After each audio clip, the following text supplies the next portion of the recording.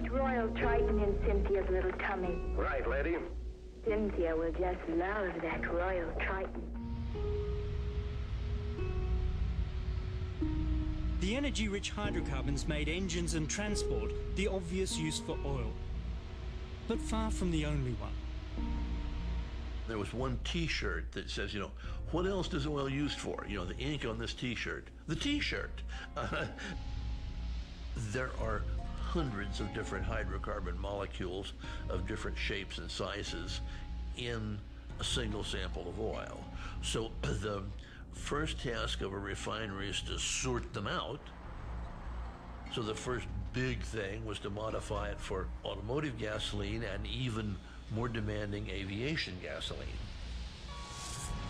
Then diesel fuel came along, then jet fuel.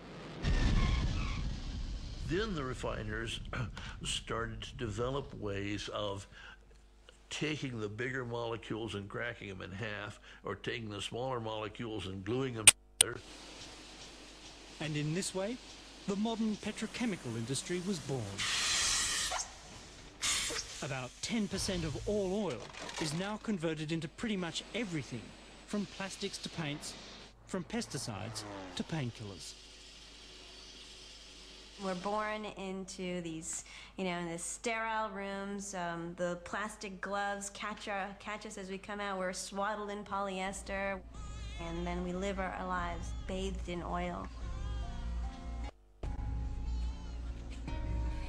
Produce, customer assistant, register 14. Sonia Shah is a journalist, not a geologist. Produce, customer assistant. It was while researching a book on crude that she came to realize how deeply oil has seeped into our modern lives. General merchandise. Some drip of oil has entered into almost everything we do.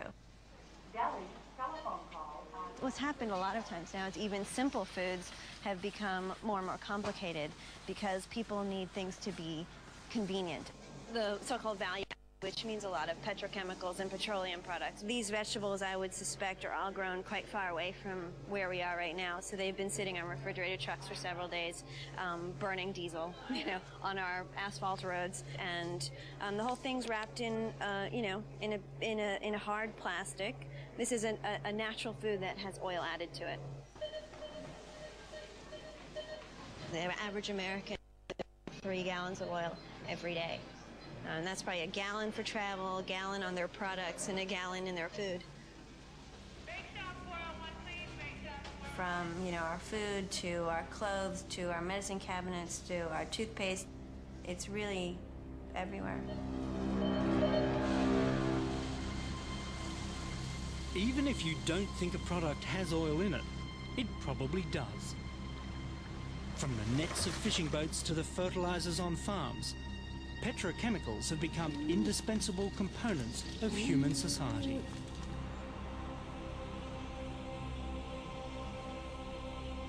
And oil, the fuel of choice to move everything around.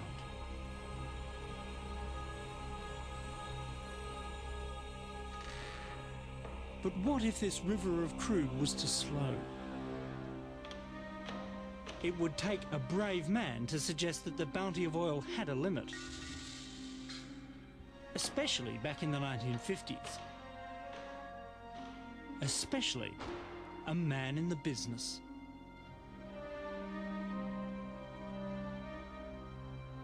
Marion King Hubbard was a geologist of fearsome intellect and strong reputation.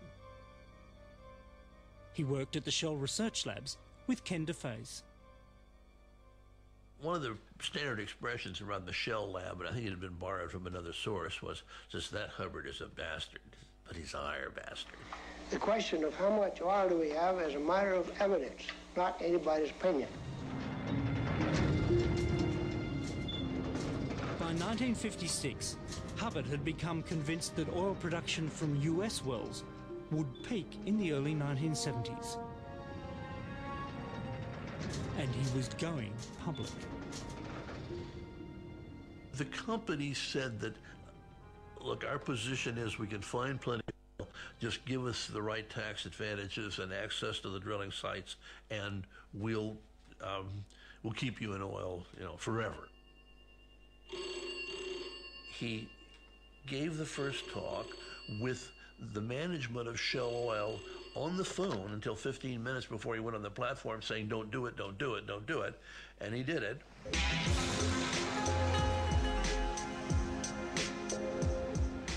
Shell's management needn't have been so concerned.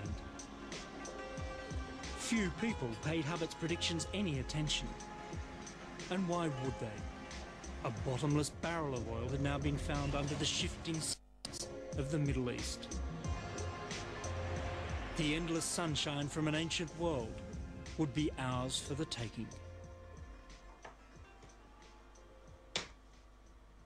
Dr. Nestor Sander, now 92, is the last surviving member of the team of oilmen who found crude in Saudi Arabia. Today he lives in a modest house in Modesto, California. I'm just a workman. I got a penny for every barrel of oil that's been produced. I wouldn't be sitting here in Modesto.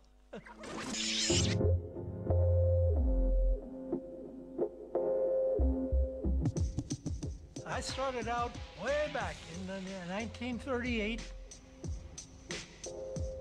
I was there 6 months after oil was found in Saudi Arabia. Back in 1938, after 4 years of dry holes, a shallow test well had shown oil was present in Saudi Arabia. Nestor's team was brought in to find out just how much and where. I started out as a junior micropaleontologist whose job was to locate the traps where oil might accumulate. Oil is lighter than water, so that when oil migrates, it has a tendency to go up. First, Nestor pinpointed the giant Abqaiq field. Finding a new well that produced 7,000 or 10,000 barrels a day every 2 or 3 months was a heady feeling, I tell you. But there was a bigger surprise to come. Nestor turned his attention to a geological structure known as the Ghawar Anticline. After the wells at either end of Ghawar had been drilled, the company knew that it was onto something tremendous.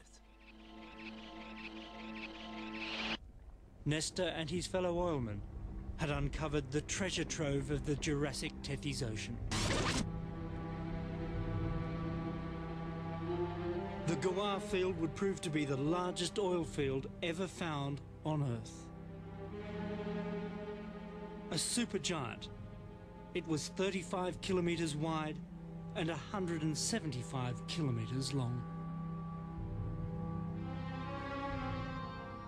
In terms of global resources, it's one of a kind. I would say the North Sea, for example, would be 1/10 of Ghawar by itself, the entire North Sea.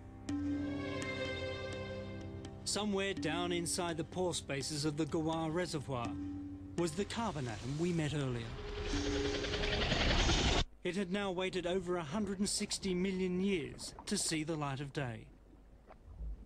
Just a few more, and it would be free again.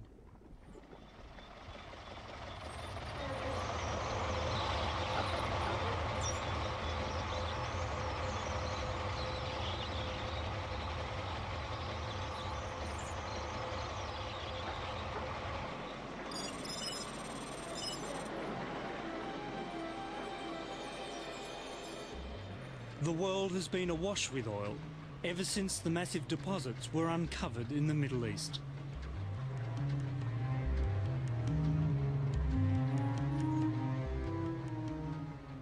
Everyone wanted a slice of the action. The Soviet Union moved into the Caspian Sea